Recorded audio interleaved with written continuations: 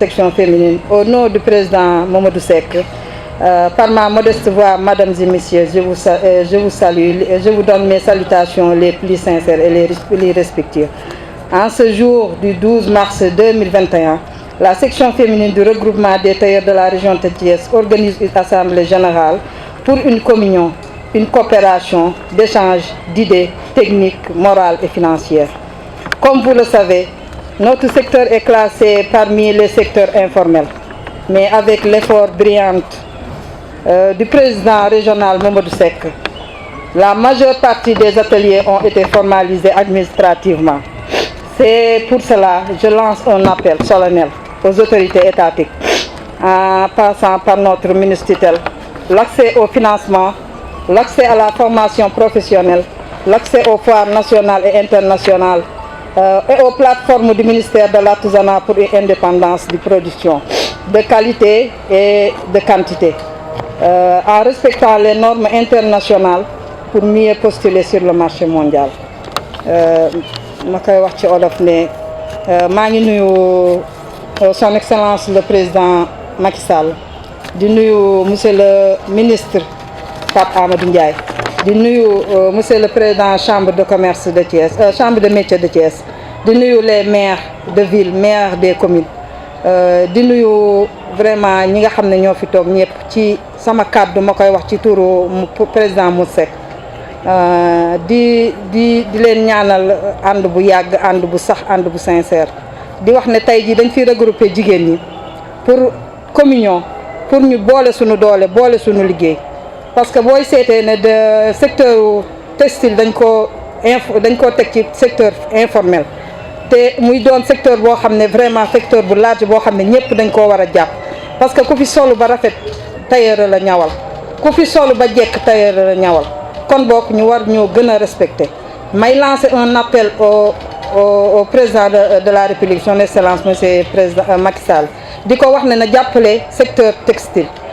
di jàppale jigéen ñi ci formation, ci formation, ci financement,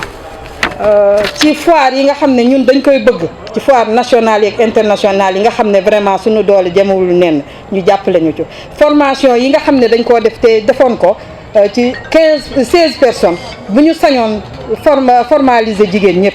mais nag yàlla lii la dogal suñu doole foofu la yem. mais nag ñoo ngi ciy gërëm professeur Abdou Wade, professeur Ndiasse Ka ak professeur Matar, parce que ñi ñu formé ñëpp joxewuñu seen dërëm, dañoo ñëw ñu formé la gratuitement, vraiment ñu leen ciy remercier. kon boog ñu ne nañ teg seen loxo ci vraiment ci formation yi, ci financement yi. loolu daal la ñu amoon ci li ñuy ñaan le président de la République, di ko la ñaan suñu sœur nga xam ne Marème Faye Sall nga xam ne vraiment mi ngi fi taxawal jigéen ñi, ñu koy ñaan mu jàpp ci jigéenu couturière yu Thiès yi. ñoo ngi leen di gërëm di leen sant. Président de la chambre de métier Amadou Mokhtar Seye. Donc comme ma topp ci kàddu yi madame la présidente ni mu nuyoo suñu tutelle yooyu, donc président de la chambre de métier mu ngi jaar ci loolu, donc à commencer par le président de la République, le ministre de l'artisanat, la direction de l'artisanat et la chambre des métiers. Donc ñu ngi nuyu ñooñu ñëpp di sukkandiku nag ci kàddu yi nga xam ne moom la ñu président de la chambre des métiers yónnee di feeñal suñu mbégte ci regroupement des tailleurs dans son ensemble. Donc président de la chambre des métiers Amadou Mokhtar Seye mu ngi feeñal bu baax mbégteem ci regroupement des tailleurs dans son ensemble. Président yàgg na maa ngi bëgg ci maa ngi nuyu aussi les présidents des regroupements des tailleurs, commencé par le président bi fi nekk di monsieur Mamadou Seck, di ci teg le président Ndiaga Wade, di ci teg le président Abdoulaye Ngom qui est redevenu le président d'honneur du regroupement des tailleurs. Président Amadou Mokhtar Seye wax dëgg yàlla ba tey ci suba mu ngi may feeñalal mbégte mu am ci regroupement des tailleurs, surtout ci seeni direction, parce que direction yoo xam ne bu ngeen seetloo ñi fi nekk président ñëpp lu ñuy xewle ñëpp a ngi fi te kenn la ci ñoom say responsabilité deñul wala kenn la ci cër bi ñu la war a jox de wala bi ñu la war a jox joxuñu la ko amul président yi ci jiitu ak président yi toog seeni cër les tailleurs yenn cër yi lañ jox président yëpp loolu moi j'ai toujours dit que ni vraiment lu jafe la donc président mu ngi béggee loolu bu baax a baax a baax a baax wax dëgg yàlla di rafetlu initiative bii nga xam ne moom la regroupement des tailleurs de la région de Thiès di taxawal tey jii mu nekk regroupement boo xam ne regroupement wu femmes tailleurs yi la pour toute la région de Thiès bon vraiment madame la présidente jiite ko di Néné Diakhaté amul fu ñu mës a dem ci jataayu tailleurs yi te gisuñu mu teew donc amul fenn fu tailleurs yi góor ña teewe te jigéen ñi teewuñu tout dernièrement maa ngi koy tooñ ba vraiment duñu mujj jël kàddu donc président mu ngi rafetlu loolu bu baax a baax a baax a baax vraiment di leen dalal di feeñal mbégteem ci li ngeen di taxawal di leen waxit ni gestion chambre de métier bii ñu génne tey jii bu ñu doon def bilan bi tailleur yi bokk nañ ci bu fekkee bilan bi te effectivement bilan bu favorable la bilan bu am ndam la tailleur yi ñu ngi ci parce que membre assemblée générale yi chambre de métier bi nga xam ne 27 délégués ñu ñoo jiite chambre de métier bi tailleur yaa ngi ci biir monsieur Abdoulaye Ngom du ma démentir kon bilan bu favorable la bilan bu ñëpp aajo wala bilan bu ñëpp dégg la mais les tailleurs ñu ngi ci biir les élections de la chambre de métier aussi ñu ngi approché soreetul dégg naa sànq ci madame la présidente muy yóotu di ko jaarale ci président de la république muy yóotu appui président de la république ci secteur yi nga xam ne lim na ko muy le textile la formation le financement foire yooyu gis naa mu di ko yóotu pour que nee nañ dafa bëgg président de la république jàppale ci jigéen ñi président de la république nag lu muy jàppale ci secteur artisanal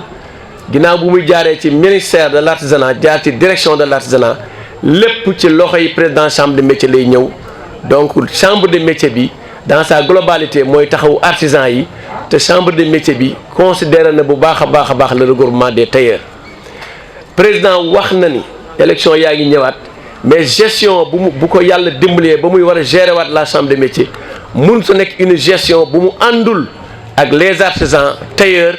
mënta nekk gestion bu mu àndul ak les artisans tailleurs féminines donc madame la présidente maa ngi lay wax fii au nom du président de la chambre des métiers que ni yii ngeen di jàmbat nii bëgg ñu soutenir leen ci bëgg ñu jàppale leen ci yéen ak direction chambre des métiers bi yéenay ànd du lu ngeen di yóotu ji da ngeen di bokk ci ñi koy décider donc loolu laa bëgg ngeen xam ko bu baax a baax donc vraiment pour bañ a guddal yooyu lañ doon indi vraiment di gën a feeñalaat suñu mbégte di gën a saluer waat le grand président Mamadou Seck parce que ku wal mburu tuddub dëkk di gën a saluer waat la présidente Néné Diakhaté di leen wax dal leen ak jàmm yàlla na yàlla defal leen ndam defal leen réussite ci lépp lu ngeen di yóotu asalaamaaleykum wa rahmatullah. liggéey ci atelier bi wàcc defaat li ñu war a def bu ñu ñëwee ci kër ga kon ñun la ñu war a jàppale pour man ndaxte lu ñuy jàppalee suñu paree ci kër ga lay jamaat kon man fan laay gën a waxaate di fa insister dama bëgg ñu jàppale ñu ci ay financement dama bëgg ñu jàppale ñu ci ay formation dama bëgg ñu jàppale ñu ci formation yu dëgër ndax am na yu ñu jotoon a def te président Abdou moo ñu ko defal professeur Abdou Ndiassekaay ñoo ko def mais loolu doyul parce que 15 personnes la woon te ñun soxna yi soxlawaan nañu formation ndaxte jàng moom nee ñu jar na xam-xam jar naa dem ba Chine nga wuti ko comme mi ngi suñu wet ñi ngi ñaan ñu gën ñu ci jàppale ak matériel bi nga xam ne moom la ñuy defee formation mu doy mu jege ñu ginnaaw loolu bu wéyee maa ngi waxaat soxna yi ñu gën a jàppaat suñu métier mi ñu xam li ñu am du lu ndaw Thiès région de Thiès dafa nekk région boo xam ni artisan moo ci mën ci lépp macha allah kon nañu fonkaat suñu bopp ñu defaraat suñu atelier yi gën a xoolaat ni ñuy liggéey suñu liggéey mu gën a am marketing bu rafet liggéey bi gën a jaar yoon ñu gën a innover comme il faut may waxaat ndaw yi nga xam ni suñuy raq lañu suñuy doom lañu ñi nekk fii nañu gën a jàppaat liggéey bi parce que ñun amuñu lu dul liggéey bi te bu jigéen développé lépp day baax ndaxte jigéen mooy yaay mooy école mooy lépp kon ñun ñooy lépp ñun suñu baaxee pencu day baax kon li may gën a ñaan mooy soxna yi jàppaat leen suñu métier yi niñ koy doxalee ci anam bu sell yàlla nañ ko yàlla yokkal te ñu gën a am ay formation ak ay financement yoo xam ne du ami intérêt parce que banque yi boo lebee di liggéey intérêt bi day bari avec yi yenn saa yi tamit di nga bokk avec boo xam ne sa xaalis dem wala doo ko gis tamit suñu mbooloo mi dama bëgg ngeen gën ñu ci ñaanal yéen suñu càmmañ yi ndaxte mbooloo mi ci regroupement bi la jóge benn mouvement la du ñaar benn mbooloo la regroupement des tailleurs ay soxnaam ñoo nekk nii kon benn mbooloo la ñu bàyyi ko xel ndaxte ñun ñii soxnay tailleur yi ngi ci biir ay ñoo xam ne seen jëkkër du ñu tailleur yi ñu ngi ci biir kon ñoo bokk ndey ñoo bokk baay dañoo bëgg luy développer Thiès ak luy avancer Thiès dem ci kanam man bu ma sañoon Kajoor kenn du ko raw su ma sañoon Kajoor lu mu doon rek day jël paie sérieusement loolu dama koy wax toujours te yàlla nañu ko yàlla defal ñuy ñaan ministre bi dégguñu femmes yi nga xam ni am nañu ñu mën a dimbalee ba bu demee ba ci Marème Faye Sall yëpp mu dimbali soxna yi région de Thiès xam ni liggéey rek la ñu gëm foofu laay gën a insister ndax bëgg nañoo liggéey ndax da ngay gis koo xam ni day am xaalis ñëw ubbi atelier jël ay tailleur di leen fay day jaay ay ensemble 50 000 60 000 mais ñun duñu mën loolu te boo demee seen atelier yi day luxe su rafet mais ñun bëgg nañu loolu ndaxte ñun suñu métier bi dañ koo jàng am ci diplôme waaw man mii di wax mën naa ni def naa 10 ans couture maa ngi samay 4 diplômes en couture li ma formé ci élèves ëpp na 25 te ñu ngi fii am na ñu ñëw am na ñu ñëwul te am na ñu mel ni man fii yëpp kon Thiès ci kaw ci kanam maa ngi leen di ñaanal jàmm ak salaam di kontaan ci suñu présidente Néné ni mu innové vraiment kontaan naa ci Néné femme brave Aïda Jarabi comme ni ñu ko waxee léegi Aïda koo xam ne la ci développement lay yëngu ni Aïda Nafisine man Néné depuis 2009 ba tey ñi ngi ànd xëy na man dama nekk calme ku timide mais liggéey rek ku ma xam ci liggéey nga ma xamee guddee xëy damay teel a xëy di guddee wàcc 10 heures sama atelier la may fekk macha allah te ñëpp it noonu lañ koy defee comme man ñi ngi ñaan développement ci jigéen ñi macha allah ngeen baal ma ci kàddu gi gudd na jërëjëf. di jiital ci suñuy kàddu suñu ministère de tutelle docteur Pape Amadou Ndiaye ministre de l'artisanat à travers moom ñuy nuyu DEA mooy directeur de l'artisanat monsieur Diakhaté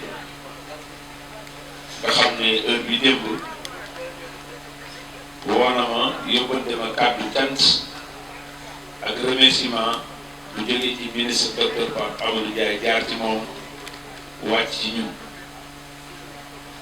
di nuyu également le président de la chambre des métiers bu Thiès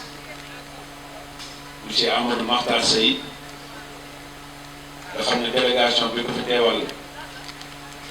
El Hadji Abdoulaye Tall nekk président des bijoutiers teewal ko fi ànd ak également Mamor Thiam nekk responsable village artisanal ginnaaw bu ñu leen nuyoo nuyu ñi nga xam ne ñoom lañu dara jàllee bis bi madame Diakhaté ak ñi ma ko àndal ñëpp ñu ngi leen di nuyu baax di jël sunu nuyoo aussi di ko teg ci loxo président Ndiaga Makhtar Wade di nuyu le président l'infatigable Abdoulaye Ngom di nuyu également les membres du bureau ñi nga xam ne bu ñu leen limee mooy les vice-présidents te ñëpp teew su ci limee premier vice-président Malick Fall bi jëloon kàddu léegi nuyu deuxième vice-président monsieur Abdou Khadre Wade l'infatigable formateur nuyu également Baye Sidi Diop vice-président ci regroupement bi waaye nuyu également le secrétaire général muy Vieux Dieye ci loolu ñuy nuyu nag les présidents des marchés yi nga xam ne teew nañu fi di nuyu président Lamine Diallo di nuyu président Serigne Saliou Sène di nuyu président Baye Thiorombo di nuyu les membres du bureau le coordonnateur président bu marché central monsieur Beydi Baye di nuyu sunu xarit sunu frère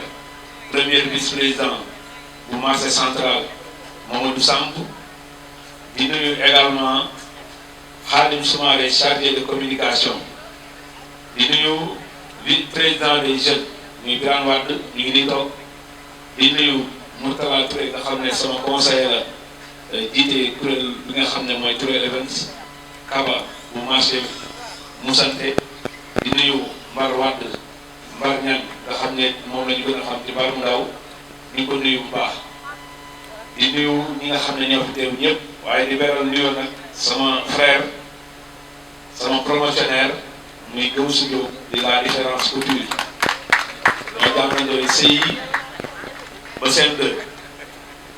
bokk amical des anciens élèves bu Michel Legrand ma nekk en même temps président kon maa ngi koy nuyu bu baax di ko ñaanal Ciseaux d'Or bi nga xam ne fi la jëm ñi ngi lancé message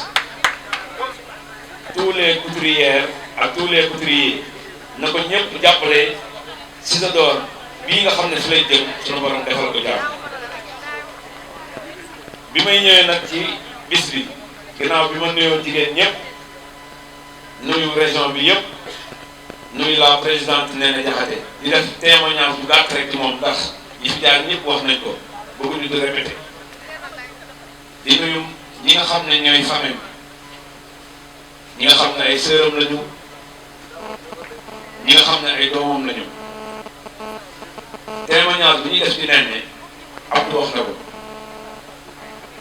jigéen boo xam ne 45 départements du Sénégal foofu dem am nga fa ku la représenté koo xam ne kii mën ngaa dugg këram toog yendu fanaan te dara du manqué loolu ci Néné Diakhaté la daje. regroupement des tailleurs kenn mosu fee dégg 2009 bu nëgg ni coowal xaalis buñ ne trésorier ba wala nangam te boobu ba nëgg ni ci loxo la ne loolu defe na paas sax du ko jël paas day paasal boppam lu góor ñi di cotiser 5000 day cotiser 5000 ànd ko moroom yi jigéenam kon tey suñu ñëwee fii man de ba ma doon tëdd di nelaw di tiit bisu tey bii tax naa ma soulagé wu ndax jigéen ñi ndax li ñu gis ñu taxawal ko ñun ñëpp ñoo ci teg suñu bët am nañ ci yaakaar am ci yaqin ni ñoom yokkute la ñu doon ci mbir mi nga xam ne moom la ñu yor te xam naa ne Néné moom ku ànd ak moom doo des ginnaaw tey doo rus kon loolu dañ koy ñaanal lii mu tàmbali ak ñi mu ko àndal fas yéene ànd ak ñoom dinañ nekk seen kanam nekk seen ginnaaw su ñu waxee nekk seen kanam wala nekk seen ginnaaw du man waaye ñii toog sama ginnaaw ñii toog sama wet ñii toog sama jàmmañ parce que am naa ci samay papa am naa ci samay mag am naa ci samay rakk am naa ci samay frère am naa ci samay morom ñoom ñëpp nag bu ñu àndandoo dooleel la foo jublu wala fu ñu jublu réussite totale lañ ci am kon loolu monsieur Tall lañ doon wax ci assemblée générale bi nga xam ne jigéen ñi woote nañu ko te ñi fi teew ñëpp xam nañ ne ndam ak réussite rek lañ ko fas yéene liñ leen di conseillé mooy ndajem jigéen la na ngeen sàmmante seen biir wóolante gëmante bëggante soppante ba ngeen ko defee rek lépp lu ngeen bëgg di ngeen ko am Néné c'est pas pour rien mu xëy réussir lii dafa am fu mu jaar am ay jigéen yu mu ko àndal yu am fulla ak fayda ba mën a réaliser lii da koy ñaanal aussi ngeen jàppale ko parce que moom rek mënul dem mais bu gëstoo gis leen defe naa ne dina réussir bu baax a baax a baax di sant jigéen ñëpp ñi ñu fi sargal ñëpp war nañ leen a sargal ndax kenn ku ci nekk mën nañ wax ci yow waaye mën naa cee seppi kenn rek dëggal li mu wax léegi muy sunu yaay Khady Bass li mu wax ni dafa ñëw dabe bokk tey ñu sargal ko bu meloon neneen ci jikko wala muy moom modérateur wala modératrice la parce que ku ne xam na ko day dégg sax dara am mu woo la ci suuf jël la ne la bul wax ci lii waxal ci lii defal ci lii te ñëpp la koy def kon kooku bëgg na kuréel gi ñu yor mu jëm kanam di sant bu baax la presse bi nga xam ne teew nañu fi ànd ak ñun ñi fi teew ñëpp amul kenn kuñ ci fay 1 franc wala kuñ ci woo suñu yow dara te boobu ba léegi yaa ngi fi muy la Sen 24 ak ci Thiès Leral.net Thiès Média RTT ñoom ñëpp ñu ngi leen di sant ak Live Info mën naa wax ni ñun RTT NJ moo ñu ko créé ànd ak ñun waaye Live Info mën nañ jàpp ne ñun bokk nañ ci ñi ko taxawal créé ko te suñu frère nekk ci parce que ñoo àndoon di liggéey ñu bokk nekk doon ci NJ mu jóge fa mu ñuy jàppale ba tey mu taxawal li fi boppam kon ñu ngi sant ñëpp di gërëm ñëpp di ñaan yàlla réussite bii nga xam ne am nañu ko suñu borom defal ñu ci lu kawe jot benn bi ma ñu mujjee sànq bi fi Awa Diallo jëlee kàddu di wax bëggoon naa mu fekke ko parce que bi ñu nekkee ci titalu président Abdoulaye Ngom pour dañu soxla formation ñu demandé président jël lépp jox moom tegu fa tànk mooy jël professeurs yi ñu dem former leen bi ñu leen formé ñu am lu ñu sollicité mooy gis nañ ni regroupement des tailleurs mi ngi dox te pour dañoo am jafe-jafe bi ñu déggee problème bi ci dëkk ñu ne ñun fii mairie bi fi nekk yéen patente da ngeen di fay 10 000 wala 15 000 mais ñun machine lañ ñuy fayoo boo yoree 10 machine bu nekk yaa ngi fay ci mairie pour teel laay waxee 5 000 par machine 5 000 francs par machine moom mënoon na ko fekkee kon bi ñu waxee loolu dañ ko réglé ci saa si nan lañ ko réglé mooy dañoo organiser wu ak regroupement des tailleurs sampal leen bureau sampal leen cellule dem assemblée générale ñu fal bureau ñu assister ko indi rapport yi ci regroupement bi li ñu njëkk a def mooy taxaw seen kanam keroog def naa ni man maa nga fa def naa ni ñoom jaase ak ñeneen ak ñeneen ñu dem fa def délégation bu am solo ñëw toog mais bi ñu waxee dañ ne ñun ñooy jël la responsabilité ne bépp municipalité bu ñëwee di leen fayee ko 5000 par machine bu leen ko fay ba fii may wax ak yéen ba fii maire bi fa jógee bàyyi nañ fay patente pour tailleur pour laa wax te grâce à regroupement des tailleurs noonu lañ ko defee kër Madaro noonu lañ ko defee pour noonu lañ ko defee feneen ak feneen mbooloo mooy doole nañu àndandoo boole suñu doole